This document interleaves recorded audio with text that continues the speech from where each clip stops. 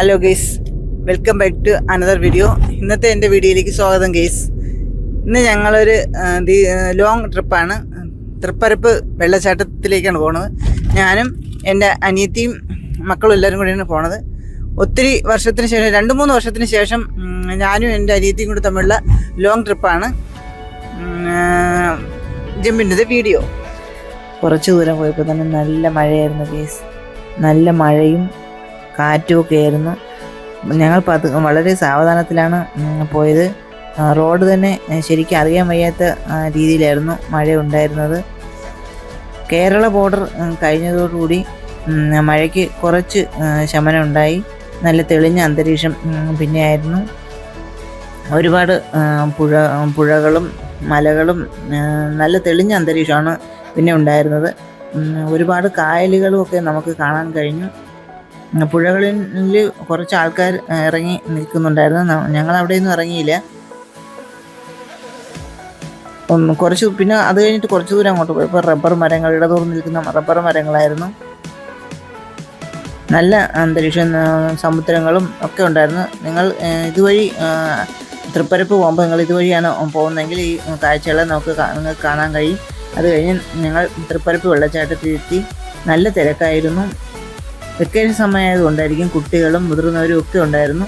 കൂടുതൽ പേരും തമിഴ്നാട്ടിൽ നിന്നുള്ള ആൾക്കാരായിരുന്നു ഉണ്ടായിരുന്നത്.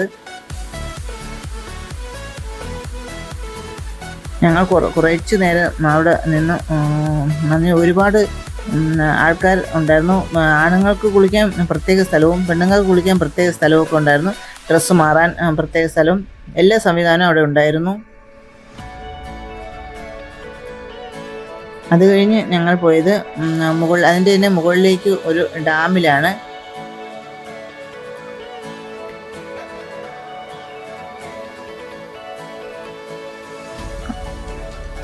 ഒത്തിരി കുട്ടികളും മുതിർന്നവരും ഒക്കെ ഉണ്ടായിരുന്നു.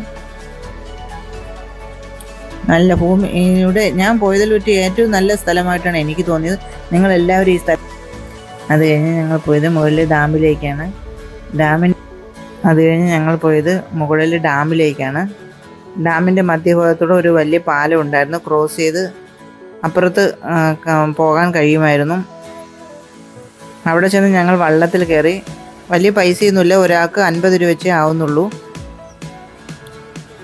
ആ കായലിൻ്റെ മധ്യത്തൂടെ ഒരു മരം വീണ് കിടക്കായിരുന്നു. ആ മരത്തിൻ്റെ മധ്യഭാഗത്തൂടെ ഒഴുകി പോകുന്നതൊക്കെ കാണാൻ നല്ല ഭംഗിയുണ്ടായിരുന്നു.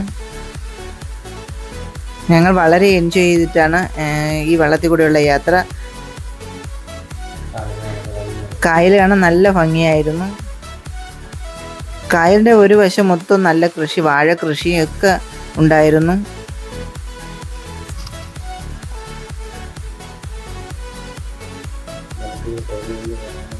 വെള്ളത്തിൽ കൂടെ തുഴഞ്ഞു പോകുന്നത് കാണാൻ നല്ല ഭംഗിയുണ്ടായിരുന്നു. ചെറിയ വെള്ളച്ചാട്ടമായിരുന്നു അവിടെ ഉണ്ടായിരുന്നത്. ശാന്തമായ സ്ഥലമായിരുന്നു. തിരക്ക് വളരെ കുറവായിരുന്നു അവിടെ. 1-2 പേർ, കുറച്ച് പേര് മാത്രമേ അവിടെ ഉണ്ടായിരുന്നുള്ളൂ. ഞങ്ങൾ ഡാമിൻ്റെ താഴ്ഭാഗത്തൊക്കെ ഇറങ്ങി അവിടെ കുറേ നേരം നിന്നു. നല്ല മസ്റ്റ് വിസിറ്റ് സ്ഥലമാണ്, എല്ലാവരും വന്ന് കാണേണ്ടതാണ്. അത് കഴിഞ്ഞ് ഞങ്ങൾ തിരിച്ചു വന്നു.